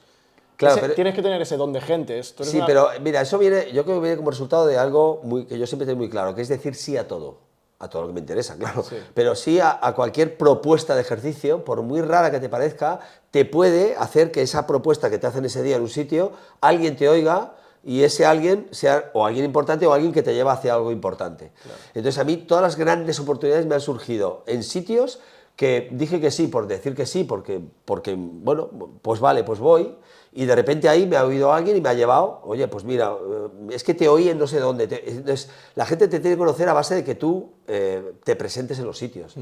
Entonces, es muy difícil que te puedan llegar oportunidades si estás en tu casa. Entonces, al principio, yo he hecho muchas conferencias gratuitas, muchas al principio, en congresos médicos, estoy hablando de hace 20 años, era, oye, hemos pensado que a lo mejor si vienes a hablar de ejercicio, pues puede interesar en el campo médico a estos endocrinos. Vale, yo ni preguntaba precio ni lo que me iban a pagar, y muchas veces no me pagaban, o sea, me pagaban el viaje y el hotel, pero yo llegaba allí, yo trabajaba, pero de ese congreso me salían otros dos. Sí, entonces, cuando ya la industria farmacéutica empieza a tomar papel en los congresos, pues claro, llega un momento en que ya cobras, y cobras bien y cobras mucho. Es decir, pero hay puntos en la vida donde tienes que seguir formándote. Es decir, tú pagas por una formación, y cuando acabas esa formación tendrías que pagar por estar trabajando en algún sitio, sí. Porque eso sigue siendo formación tuya, hasta un punto donde tú ya eres muy competente, y entonces es cuando te puedes plantear empezar a cobrar. Pero hay mucha gente que termina una formación y ya me preguntan, yo tengo alumnos que ya me preguntan ¿cuánto se cobra cuando acabemos de estudiar? ¿Cómo que cuando se cobra? Tú puedes empezar a cobrar nada, tú puedes empezar a cobrar gratuito. Yo he estado en salas de médicos, en una esquina, en una silla, escuchando cómo el médico atiende, cómo mide, cómo hace, y yo escuchando ahí. Gracias a Dios que no me cobraba por estar ahí. ¿Cómo voy a querer cobrar yo por estar ahí? Entonces, hay puntos donde tú tienes que llenar todo para al final decir, vale, ahora valgo, ahora sí valgo, y valgo esto. Pero hay poca gente que tenga esa mentalidad a día de hoy, yo veo. Pero la tiene que tener. Sí, yo la tuve, ¿por qué no la va a tener la gente? Sí. Claro, yo cuando veo gente joven, no es que son jóvenes y tal, no sé, a lo mejor me estoy haciendo mayor y lo veo yo desde un punto de vista mayor, ¿no? Que donde siempre hay una generación que ve que la generación posterior es peor. Yo no veo ni que sean peor ni que sean mejor, pero yo fui joven y yo tenía mis expectativas y tenía mis ganas de trabajar y yo trabajé gratis y yo no me quejé y seguramente me quejaría de otras cosas, pero fui progresando. Entonces se trata de hacer también. De hacer y progresar. Sí, no, sí, sí. no, la inmediatez no. Es decir, todo tarda tiempo. Si tú crees que tienes talento y que sirves para esto, ten paciencia. Claro. Ten paciencia, porque todo llega, pero ten paciencia. Lo que no puedes es acelerarte. Al final, tú, cuando acabas haciéndole un entreno personal a Shakira, no fue tu primer entreno personal. No, o sea, no, claro, obviamente... claro, pero hubo primeros entrenos personales a las vecinas del barrio, Sí, sí, la mayoría sin cobrarles nada, porque pobrecillas, y tú empiezas porque necesitas tener ese don de gentes, de empezar a ver qué te falta, qué material te falta, cómo hacerlo, qué he hecho mal, qué no he hecho mal. Yo me acuerdo que yo me grababa con una cámara de mi padre, me grababa las sesiones, y yo luego veía mis sesiones y decía, pero ¿cómo se me ocurre dirigirme así, o tocar aquí, o hacer ese ejercicio que... O sea, muchas veces eso ocurre mucho con la imagen. Cuando uno se ve una foto, hoy en día tienes que ver varias fotos tuyas hasta que subes la buena. Sí. Pues bueno, cuando uno habla, cuando uno actúa, se tiene que grabar. Porque es la mejor forma de ver tus fallos. Entonces yo me acuerdo que yo con 22 o 23 años yo me grababa mis clases. Sí, pero... y me grababa mis entrenos. Entonces eso yo creo que me hizo mejorar más. No, 100%, pero creo que eso es algo que es difícil que alguien lo haga a día de hoy, en tu época mucho más, porque hoy en día está mucho más normalizado el grabar las fotos del tal. Sí, en tu época, ¿quién cogía y en un entreno personal se lo grababa, aparte de ti? ¿Conoces mucha gente que hiciese...? Pues o sea, creo que ahí está no la conozco, diferencia. no conozco porque tampoco me comparaba con nadie. O sea, no me comparaba con cuántos hay o cuántos no hay. Yo iba a mi lío, a mí me contrataron en ANEF, me pagaban bien la hora, iba aprendiendo un montón, hacía mis entrenamientos personales y tiraba para adelante. Entonces, lo que hicieron los demás me da igual. Yo cuando veo las cosas como las tengo que hacer, pues tengo que tirar para adelante. Luego puedo variar mis pensamientos, pero uno tiene que poner esfuerzo y tiene que hacer que le guste ese esfuerzo. El gran problema de hoy es que la gente solo hace lo que le gusta y tú tienes que hacer que te guste. Lo que no te gusta y sabes que te puede ir bien, haz que te guste, porque es lo que te diferencia de otros, es lo que te da valor. Hoy en día no tiene más, o sea, lo que tiene más valor es el conocimiento. Lo que tú sabes nadie te lo va a quitar. Cuando tú aprendes cosas nadie te las quita, o sea, eso no se te va de tu cabeza y te diferencia de otras. Entonces, intenta ser muy bueno. Solo siendo muy bueno podrás cobrar mucho, que también es un objetivo. Eso es lo que hace que tú a día de hoy sigas queriendo aprender. Sí, sí, Tú eres una persona que posiblemente podrías haber dicho, mira, yo ya sé mucho como para decir, no me apetece saber más. Sí, o sea, pero he hecho mis cosas. Pero ya. a mí me mola ir a un congreso, Claro. y además yo digo que sí a congresos. Por ejemplo, hace poco fuimos a un congreso de cardiología deportiva, donde a mí me invitan a dar una conferencia junto con la jefa de cardiología del Comité Olímpico Internacional durante 33 años. O sea, la top mundial de cardiología deportiva. Y vamos a hablar de cardiopatía del deportista. Yo de cardiopatía del deportista podré saber algo, pero yo no soy médico, yo no soy médico rehabilitador, pero yo digo que sí. Entonces, ¿a qué me obligo cuando digo que sí? Me queda un mes a estudiar cardiología deportiva, o sea, a mirarme todos los apuntes del mundo de cardiología deportiva, porque yo tengo que hacer 10 slides, 12 slides, donde tengo que hablar de esto, y entonces cada slide a mí me sirve para aprender. Y a mí me mola eso, porque saber cosas que no sabía, no sé si es un bicho raro, pero si yo sé cosas de ejercicio, si yo sé cosas ahora, gracias a que he querido hacerlo, que no sabía, yo me empodero. Sí. Me empodero igual que cuando estoy en casa sin ganas de entrenar y me voy a entrenar. Me empodero igual. O sea, yo soy capaz de entrenar sin ganas. Y eso empodera a las personas. O sea, el que se queda ahí y dice, ay, no tengo ganas, paso, ahí se queda. Pero yo que te diga a mi mujer, yo estoy muchas veces un domingo por la tarde en el sofá, viendo algo y hoy no he entrenado, me voy a entrenar. Y yo no tengo ninguna gana de entrenar, pero me voy a entrenar. Y cuando hago la primera serie, digo, ya estoy disparado. Ya. Pero esto es esto es el bagaje que te ha dado a día de hoy llegar a hacer todo lo que has hecho. Lo mismo pasa a lo mejor con el tema de los sueldos, ¿no? Puede ser que alguien a la que tenga un sueldo ya que le va bien, se acomode en eso y ya está. Pero eres una persona que en todos los ámbitos siempre has querido buscar como dar un paso más, ¿no? Bueno, la excelencia, pero es una decisión de cada uno. Yo también respeto mucho a la gente que dice, obvio. Mi felicidad consiste pues en esto, en ganar mi sueldecito. Joder, eso no faltaría. Cada uno escoge su línea. Yo no me meto contigo y que seas feliz. Y lo importante es que la gente sea feliz y por lo tanto yo soy feliz de otra forma. Entonces que cada uno coja su camino de felicidad como quiera. ni quiero que todo el mundo sea como yo, hago lo que yo, ni tampoco seguramente si viera, por ejemplo, a un hijo mío estresado para llegar a cierto... Le diría, no te estreses para nada, o sea, tú tienes que ser feliz. Y yo soy feliz estudiando, soy feliz impartiendo, soy feliz llegando a un congreso y hablando y que me aplaudan al final, eso me empodera. Que cobro 500, cobro 500, que cobro 1000, pues cobro 1000, que cobro 4000, pues cobro 4000. Pero la única forma de poder llegar a ese punto es hacer que te guste y que realmente sea un centro de tu vida. Entonces yo creo que la gente que se dedica al ejercicio y que se forma en ejercicio sabe que ese es su núcleo, por lo tanto métete a saco, pero que no te importe que te inviten a una conferencia de... yo tengo que ir ahora a un congreso que se hace en Barcelona de 2 semanas de cáncer de cabeza y cuello. Cáncer de cabeza y cuello, ejercicio en pacientes con cáncer de cabeza y cuello. Bueno, pues yo sé de ejercicio en cáncer, pero no de cabeza y cuello. Yo me estoy empollando ahora en el cáncer de cabeza y cuello para no decir ninguna tontería y sobre todo para dar un criterio adecuado de ejercicio. Cuando yo acabe la conferencia en el Congreso de Barcelona, sabré más de lo que sabía antes de cáncer de cabeza y cuello. ¿Tú dirías que a ti lo que te hace feliz es el progreso, el saber más. El seguir mejorando en todos los aspectos? El saber más de lo mío. Ya. Porque, claro, el que quiere saber mucho de todo, no sabe muy poco de nada. Sí. Entonces, al final, yo intento de ejercicio pues saber mucho y juntarme con gente que sabe mucho. Yo, por ejemplo, mi compañero Juan Ramón Heredia, o hay otros compañeros que coincido con ellos en congresos o en cursos, nos vamos a comer o a cenar y hablamos. Y yo aprendo más que con cualquier conferencia, con una charla con cualquiera de ellos. Y supongo que pasa lo mismo cuando algún alumno habla conmigo en una charla, ¿no? Pues no sé, le digo cosas que a lo mejor pues le iluminan y le hacen ver que esa es la ventana que quiere saber más. Hilando con esto, ¿qué otras aficiones tienes o cosas que te llamen la atención más allá del deporte, el ejercicio físico y demás? Te quiero decir, no sé, ¿te gusta mucho viajar? ¿Te gusta mucho el cine? Me encanta viajar. Mira, mis dos pasiones son, primero, mi mujer, es evidente. Es porque está aquí. Porque creo que la vida en pareja, la vida familiar, para mí es una base, a mí me lo enseñaron así, y por lo tanto es mi compañera de viaje. Entonces, yo no entiendo un viaje solo, entiendo un viaje con mi mujer. Porque ¿Nunca has viajado solo? He viajado solo, pero no he disfrutado igual. O sea, yo he viajado solo, he disfrutado del viaje, pero mi filosofía es que el viaje está para compartirlo. O sea, yo si comparto el viaje con mi mujer, disfruto mucho más, porque si estoy solo, estoy pensando que ojalá estuviera ella y viera eso. Entonces, claro, si voy con ella, pues yo no tengo ninguna prisa. De hecho, vamos a congresos y siempre que puedo, pues ella me acompaña y nos quedamos un par de días en esa ciudad, vemos esa ciudad. Entonces, viajar para mí es un placer, creo que es la mejor universidad. Mi hija ahora mismo la tengo en Canarias haciendo el TFG y lo podía haber hecho aquí en Barcelona y se ha ido a Canarias 3 meses a hacer el TFG. ¿Por qué? Pues porque está conociendo nueva gente, nuevos profesores, está en otro sitio.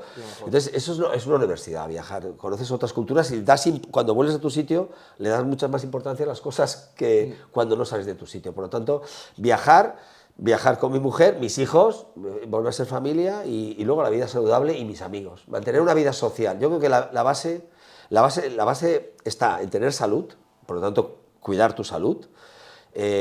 Envejecer es inevitable, pero sentirse viejo es opcional. Por lo tanto, yo llegaré viejo, como todos, y de hecho voy envejeciendo, voy perdiendo capacidad, porque yo lo noto, porque el que me diga que no, entrenando se gana capacidad, yo voy entrenando toda la vida y mi línea es descendente. Lo que pasa es que, claro, va descendiendo poco a poco, pero es descendente, eso no se puede negar. Pero yo quiero llegar a autónomo de mayor, yo no quiero llegar a ser viejo, yo quiero llegar lo más lejos posible de edad, pero con función, con autonomía, ¿no? Y para eso yo tengo que invertir. Entonces dicen que eres en un decenio en función de lo que has hecho el decenio anterior. Es decir, tú te vas a encontrar de 60 a 70 en función de lo que has hecho en los 10 años anteriores. O sea, esto no es algo a corto plazo, esto es a medio y largo, por lo tanto hay que invertir. Por eso se tiene que crear el hábito y por eso sin ganas hay que entrenar. Si no tienes ganas de entrenar, entrenas sin ganas, ¿no? Lo que no se entrena, se desentrena. Por lo tanto, yo no quiero perder menos. Por lo tanto, vida saludable. Y alrededor de toda vida saludable, para mantener esa salud durante años, para mí está la vida social, hay que tener vida social, y la vida familiar. Para mí son las 3 bases, mi salud y mi vida social y familiar. Pero a mí me alucina el cómo puedes combinar todo también, porque mira, de hecho, yo ayer he estado con un amigo y le dije, mira, mañana voy a grabar un podcast con un hombre que le enseñé tu de esto y me dijo, pero no tendrá mujer ni hijos, ¿no? Sí, y digo, sí, no. Es que... Es una visión muy simplista. Esto es como cuando quien no tiene hijos dice, no, yo no quiero tener hijos porque yo estoy muy ocupado. Yo estaba muy ocupado, tuve hijos y seguí ocupado. O sea, al final tú lo que haces es mover las piezas para que todo quepa. Y claro, mientras lo tengas, puedas mantener ese equilibrio. Hay gente que ese equilibrio no lo puede mantener, ¿eh? ¿Tienes una rutina muy marcada o...? Yo soy un tío de hábitos. Nos levantamos siempre a la misma hora y más o menos tengo mis hábitos marcados durante los días de entre semana sobre todo, pero hay muchas veces que viajamos y yo cuando cambio hábitos no estoy igual. Por ejemplo, yo con mi mujer puedo salir a cenar, si nos acostamos a las 2 de la mañana sin beber, porque no bebemos alcohol, tenemos resaca al día siguiente. Porque es como que todo cuesta más, ¿no? No, es decir, los ritmos circadianos, según te vas haciendo mayor, los notas mucho más y ves que son una base de salud. Comer de día, vivir de día, hacer ejercicio de día y por la noche el cuerpo tiene que recuperar. Claro, ¿no? Cuando uno es joven, todo eso lo hace al revés. Sí. Tú sales hasta las 6 de la mañana, te acuestas, te levantas a la hora del mediodía, los ritmos circadianos, luego lo vas notando con la edad. Yo tengo 26, estoy jodido. Yo me voy 2 horas más tarde a dormir de lo que me suelo ir y te lo prometo que pues eso con la edad se nota más. O sea, el cuerpo es sabio. Estoy jodido. Claro, el cuerpo es sabio. El cuerpo, cuando el coche está recién salido del concesionario, métele caña. Pero es que si quieres que el coche te dure, a partir de cierta edad te va dando toques. Entonces, de repente, te levantas con el cuerpo revuelto porque te acostaste más tarde, o ya no te digo si por lo que sea te bebes una copa de vino por la noche. Claro, cuanto más regulas eso, más notas los cambios, ¿no? Entonces, bueno, pero esto yo creo que son etapas. Yo tuve mi etapa de joven también, pero la etapa que estoy viviendo ahora, que yo lo estoy viendo pleno. Y a nivel de trabajo, ¿has tenido algún momento de ansiedad máxima de decir, hostia, no llego a todo? Sí, hay una etapa. Mira, yo creo que la vida tiene etapas. De los 20 a los 30, uno no está por trabajar demasiado, está por divertirse. Bueno, te digo a los 20, puede ser antes, ¿eh? Divertirse, vivir la vida, todo es nuevo, todo son experiencias. De los 30 a los 40 es todo trabajo. Es todo trabajo y a lo bestia. O sea, tú tienes que tener potencial económico, tienes que comprarte la casa, tienes que tirar hacia adelante con los hijos, estás con la crianza de los niños pequeños. Entonces todo es llenar de trabajo para poder sacar un rendimiento económico para llevar para adelante todas las obligaciones que tienes, ¿no? Esto de los 30 a los 40. Pero a partir de los 40, entre los 40 y los 50 hay como una línea donde lo que no hayas conseguido. Yo hubo una frase que me dijo mi padre que me impactó y tenía mucha razón. Lo que no hayas conseguido a los 50, olvídate, me dijo. Porque a los 50 tus valores van a cambiar. Porque a los 50... a valorar otras cosas, claro, ¿no? tú a los 50 ya te vas a la segunda etapa. Es decir, tú ya estás pensando, te queda menos de lo que has vivido, me dijo, con los 50. Entonces, tu tiempo es mucho más importante, ya no es importante el dinero, lo importante es tu tiempo, tu felicidad, tu salud. Entonces, claro, y se ha ido cumpliendo todo. O sea, yo tuve esa época que dices de estrés, pues de los 30 a los 40, pero un estrés que me acuerdo que me salió un eczema que se me caía toda la piel de la palma de las manos y de los pies. De tal forma, y estuve un año así, de tal forma que yo me levantaba por la mañana y pisaba con el pie el suelo y me sangraba toda la planta del pie, porque claro, toda la planta del pie era una piel seca, entonces se rajaba.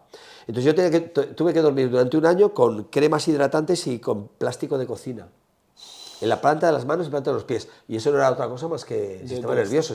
Joder. Estuve inmunodeprimido por el estrés, podías ir al dermatólogo, te daban no funcionaba nada. Y de repente un día, se empezó a ir. Y fue porque un poco me fui tranquilizando, fui teniendo mis tiempos, pero entre los 30 y los 40... Yo se lo veo porque, por ejemplo, yo soy una persona que a día de hoy me encanta mi trabajo, estoy todo el día o trabajando o pensando en el trabajo. Y yo, por ejemplo, tengo la suerte de compartir con Jordi y Jordi siempre me había dicho, yo ahora ya estoy en un punto en mi vida en el que valoro también mucho más otras cosas. Entonces, hay ciertas cosas a las que voy a decir que no porque valoro poder hacer otras cosas. Aún soy joven para poder hacer cosas que sé que dentro de unos años ya no voy a poder hacer o no voy a poder hacer de la misma manera, ¿no?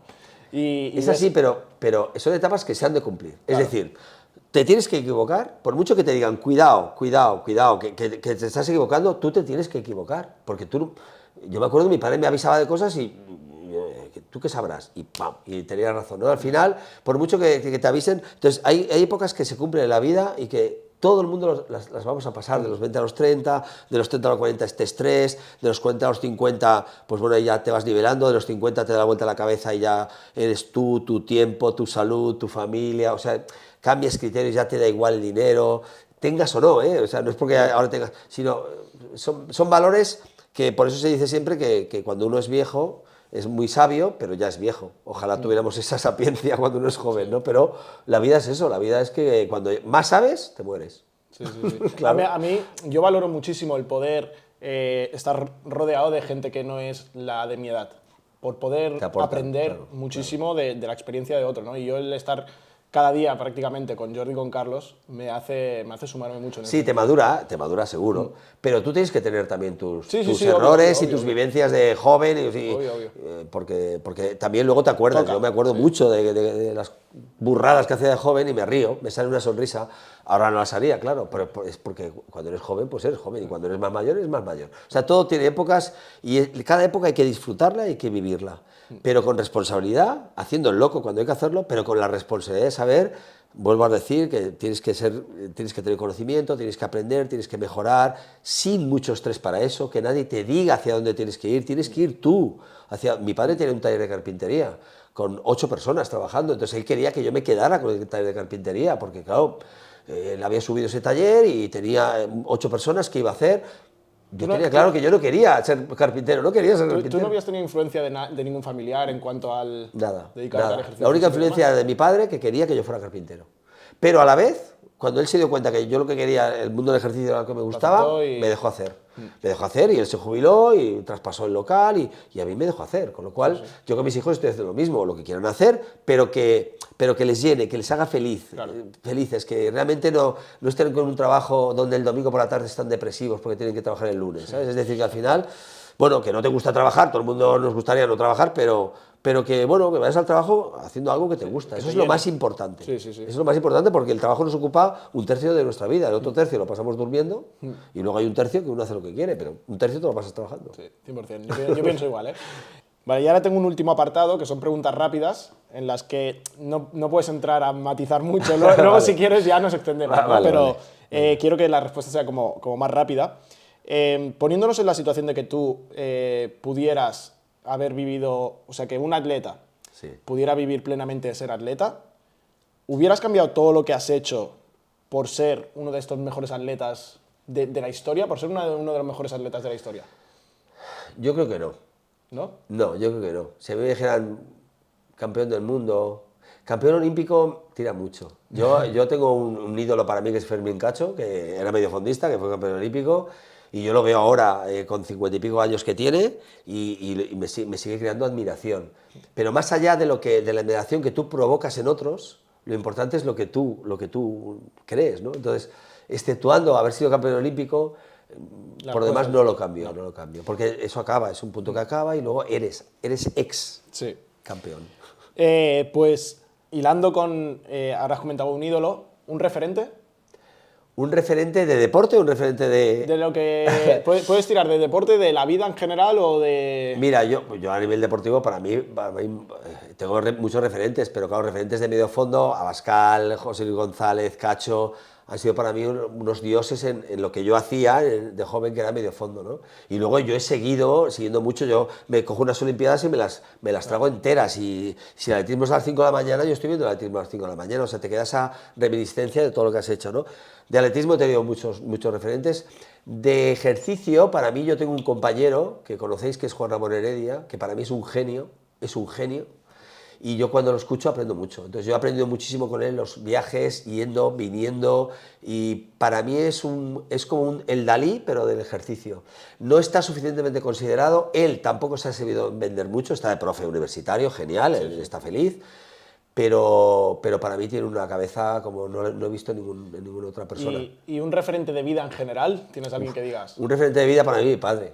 Un referente de vida en cuanto a que mi padre supo jubilarse con 50 años, podía haber seguido ganando dinero y trabajando, y él tuvo muy claro en esos 50 años que quería disfrutar lo que le quedaron 30, se murió con 80, 79, disfrutó 29 años. Ese espíritu de decir, yo soy trabajador, trabajo, subo a mi familia y en este punto Ya no soy trabajador y... lo dejo porque mis hijos están criados y yo lo que quiero es disfrutar de la vida, es admirable, porque la avaricia te puede llevar a que estés trabajando con 80 años solo por el hecho de trabajar y no saber hacer otra cosa que trabajar, ¿no? Entonces, a mí me enseñó mi padre que esa filosofía de hay que ser trabajador y también saber cuándo debes dejar de trabajar o trabajar menos, básicamente porque tus valores cambian, ¿no? Y eso a mí me marcó. Yo me acuerdo de hablar con Jordi Saura y decirle, yo me jubilaría como mi padre antes de los 50, cosa que no he hecho, pero lo voy a hacer a los 60. Pues queda poco ahora ya. 10 años después que mi padre. ¿Y qué consejo le darías al Felipe de cuando decidió iniciarse en el ejercicio físico? ¿Lo harías todo exactamente igual o hay es que, algo ¿sabes que qué le dirías? pasa? Yo he cometido errores, pero creo que de los errores se aprende. Es decir, ¿cómo no vas a cometer errores? Es imposible no cometerlos. Es más, forman parte del aprendizaje. Entonces yo he cometido muchos errores, pero si no los hubiera cometido, no sé si hubiera llegado aquí. Porque cuando uno comete errores, luego se le da pena haberlo hecho, pero también surges más fuerte de esos errores. Es decir, al final no cometes después el mismo error y aprendes a no cometer el error. Entonces, si no lo cometes, primero yo no creo que nadie no cometa errores, por lo tanto yo haría exactamente lo mismo con los mismos errores. Cambiaré algunos, puede ser algunos a nivel personal, puede ser, pero a nivel profesional yo he hecho lo que creo, que soy honesto con todo el mundo, no he engañado a nadie, yo soy incapaz de dejar de deber 10 euros a nadie porque estoy pensando cómo se los tengo que devolver y cuándo. Entonces yo creo que en eso estoy en paz conmigo mismo. De hecho duermo como un lirón. Sí, sí. Suplemento con melatonina, pero, pero yo duermo como un lirón todas las noches. Y luego, la última pregunta rápida sería, ¿un sueño cumplido y un sueño por cumplir? Un sueño cumplido, el poder tener disponibilidad económica para poder vivir el resto de mis días, es decir, he podido trabajar y ganar dinero como para no tener ningún problema, mis hijos no tengan problemas, ni mi mujer ni yo, tenemos una casa preciosa y podemos viajar lo que nos dé la gana, por lo tanto, trabajar para poder tener autonomía económica absoluta, yo estoy muy orgulloso de eso y estoy muy orgulloso de mis hijos y de mi mujer, o sea, de poder tenerlos y de que me quieran y de quererlos. ¿Te queda algún sueño por cumplir? Algo que digas, quiero hacer esto. Vuelta al mundo. Sí, viajes, claro, ver aquellos lugares que no he visto. Y por lo tanto me moriré seguramente sin verlos todos, pero es un reto que nunca se va a acabar. O sea, siempre pensamos, ¿dónde vamos el próximo viaje que no hayamos visto? Nos quedaba Rusia antes de la pandemia, hasta que no se aclare el tema no podremos ir, pero siempre en lugares donde no has visto. Has dicho que ahora a los 60 ya de esto, pues entonces No, coger mochila y... ¿Cómo lo sabes? O sea, mis hijos mayores, disponibilidad económica, jubilado con los 60. Mira, nos estamos planteando el crucero de la Vuelta al Mundo, que son 3 meses. Hostia. Que se visitan, no sé si son 40 y pico, 50 países. Yo solo entré con ese crucero ya, pero luego nos gusta también viajar en avión, o sea, pero viajar nos encanta y por lo tanto, pues siempre será un reto porque siempre hay que ver cosas. Qué bueno. Y luego, dos últimas cosas. ¿Tienes alguna pregunta hacia mí o hacia también nosotros en general? A mí me gustaría preguntaros algo que se me ocurre, ¿eh? Y es, ¿cómo a día de hoy podéis saber o podéis ver qué es lo que hace falta en el mercado de formación? Es decir, ¿vais a rebufo de lo que piden o innováis en función de lo que veis? Es decir, ¿sois innovadores, sois activos o reactivos? A ver, yo creo que en lo que nos basamos principalmente es en, sobre todo, escuchar al alumno, pero de verdad. Es decir, creo que a día de hoy hay como dos clases de formaciones, los que a lo mejor a nivel mediático tienen mucho nombre, pero les puede fallar el tema de la atención al alumno, porque básicamente la persona que tenga mucho tirón a nivel mediático no es la persona que te está tutorizando el curso. Y luego están las formaciones más tiradas a lo tradicional, ¿no? Entonces, creo que nosotros lo que estamos haciendo muy bien es en saber dar un punto medio. Que también es cierto que a medida que eso fuese creciendo, también tienes que mirar de qué manera seguir manteniéndolo. Es decir, si nosotros tuviésemos 500 alumnos, obviamente Jordi no puede tutorizar 500 alumnos, ¿no? Pero el escuchar al alumno sí que tiene que estar siempre presente. Que creo que es una parte que en muchas formaciones está claro. Lo que está claro es que cuando algo funciona es que se está haciendo cosas bien, pero siempre hay cosas que mejorar. Por lo tanto, si vosotros estáis teniendo alumnos funcionando, será porque estáis dando buenos contenidos y los alumnos están contentos. Pero siempre tiene que haber un punto de innovación. Y luego que creo que también tenemos ese factor humano. Es decir, uno de los grandes problemas de la formación online es esa frialdad, ¿no? Está claro. Entonces, ¿nosotros qué hacemos? Intentamos hacer eventos presenciales, conocer a la gente, que vean quién hay detrás de la pantalla. Sí, ¿no? Pero eso no quita también que pueda haber formaciones online. Exacto. Es decir, yo siempre me gusta sumar, nunca restar. A mí cuando me dicen, oye, la inteligencia artificial, ¿tú no ves que va a acabar con los entrenadores personales? Porque ya hay inteligencia artificial que te hace mediante algoritmos entrenos. Digo, lo que hay que hacer es sumar. Es decir, el entrenador personal con inteligencia artificial será mejor que sin la inteligencia artificial. La inteligencia artificial por sí sola será siempre peor que junto con el entrenador personal. Por lo tanto, lo que hay que hacer es sumar. Yo me acuerdo de la época de la máquina Olivetti, cuando pasamos a ordenadores, al MS2, que yo estaba en la carrera, y yo me acuerdo de muchos compañeros que siguieron con la Olivetti. Se montaron los últimos en el tren. Entonces, siempre que hay un tren nuevo, la gente tiene miedo al cambio, pero hay que conocerlo y tienes que gastar horas. Sí. Yo estoy gastando bastantes horas en conocer mucho de los programas de inteligencia artificial porque algunos me alucinan y entiendo que todo eso nos nutre. Lo que no puedes es rechazarlo. Sí, es sí, decir, no, eso no, es lo presencial, es la persona, es lo humano. Sí, pero conoce eso. Nosotros por eso, respondiendo a tu pregunta, es como intentamos innovar, pero sin salirte mucho de lo que realmente necesita la gente. Sí, ¿no? sin perder el factor humano. Exacto. Porque hay gente que a lo mejor por el simple hecho de ser distintos se desvían de lo realmente importante. ¿no? Que la gente cuando va a estudiar, ¿qué quiere? Quiere aprender algo que luego pueda aplicar de forma práctica. Es así, es así. Mira, yo os veo, claro, te veo a ti joven y os veo como los alumnos, ¿no? Yo los alumnos los admiro porque me veo en ellos, es decir, me veo cuando tenía su edad, ¿no? Entonces les intento siempre empoderar. O sea, la gente, todos nacemos con un 100% de talento, o sea, somos súper talentosos todo el mundo. Hay que descubrir hacia dónde diriges tu talento, para qué eres talentoso. Pero en el momento que lo descubres, tú eres uno de los mejores del mundo. Entonces siempre les digo, si os gusta esto, sois buenísimos, no lo dudéis. O sea, no dudéis que, ¿cómo voy a dar una clase? ¿Cómo voy a hacer el entrenador personal? ¿Cómo voy a llevar una programación de entrenos a no sé qué equipo? Lo podéis hacer, porque si lo hacen otros, vosotros tenéis 2 piernas, 2 orejas, una nariz, una boca, y sois iguales, y además sois talentosos. Entonces, la gente necesita que le digan las cosas que son verdad, para creérselas. ¿Sí? Para que al final se las crean. Entonces, cuando uno es joven, necesita ese apoyo porque tiene ese talento y es una pena que ese talento se deseche, ¿no? O se pierda en trabajar en otras cosas cuando a ti realmente te gusta el ejercicio. Si te gusta el ejercicio, mételo todo aquí. Mételo todo, métele todas tus fichas aquí. Y estas fichas no son en una sola jugada, sé paciente. Saldrá. Si tú tienes ganas de aprender, estás estudiando, te gusta el ejercicio, saldrá. Si no es este año, saldrá el siguiente. Acepta trabajos que ya verás como alguien te verá y entonces un día, ¡pum!, montarás tu empresa, tendrás tu agencia, te llamarán montarás tu asesoría, te llamarán de una empresa. Todo llega, hay que ser pacientes y hay que creer en uno mismo, eso es lo principal. No, pero eso es buenísimo porque tú eres una persona que empoderas, a lo mejor sin quererlo, al resto. O sea, yo me acuerdo de la primera vez que fui a la primera clase que tenía contigo y a mí me había hablado tanta gente y tan bien que ya vas con la... Claro, ya vas motivado, ya vas con... Dices, hostia, yo voy a decir, estaba en la clase de Felipe porque... Yo sigo disfrutando un montón con la gente. A mí cuando me entré en carrera en el primer curso y los veo ahí acojonados, yo el primer día disfruto como un enano porque les hablo y les digo lo que les espera, que les intento hablar como un cura, si quieres, ¿no? Es decir, porque no puedo entrar a destajo, venga, ahora de anatomía, vamos a hablar... Yo prefiero perder 1 o 2 clases, no es perderlo, en hacerles el marco, ¿no? La filosofía, lo que se van a encontrar, que sean pacientes. Les hablo un poco de filosofía, que es lo que a mí me hubiera gustado que me hubieran hecho, ¿no?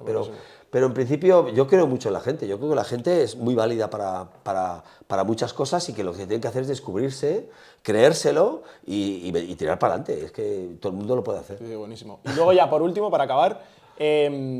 ¿A quién recomendarías poder hacerle un podcast, poder hacer esto? Hay gente buenísima, pero depende de qué materia, porque hay gente muy buena en comunicación, hay gente muy buena en fisiología. Al final el objetivo de esto es conocer un poco la persona. O sea, yo no quiero traer a alguien para que explique sobre un tema en concreto a nivel teórico. Yo quiero que la gente cuando vea esto conozca qué ha hecho esa persona, quién es esa persona, cuáles son, ¿sabes? Alguien que tú digas, esta persona si se conoce, o sea, tiene un trasfondo y es una persona que es para conocer. Mira, yo me acuerdo mucho de un compañero que Jordi Sabas se acuerda también, que es Alfredo Remigio.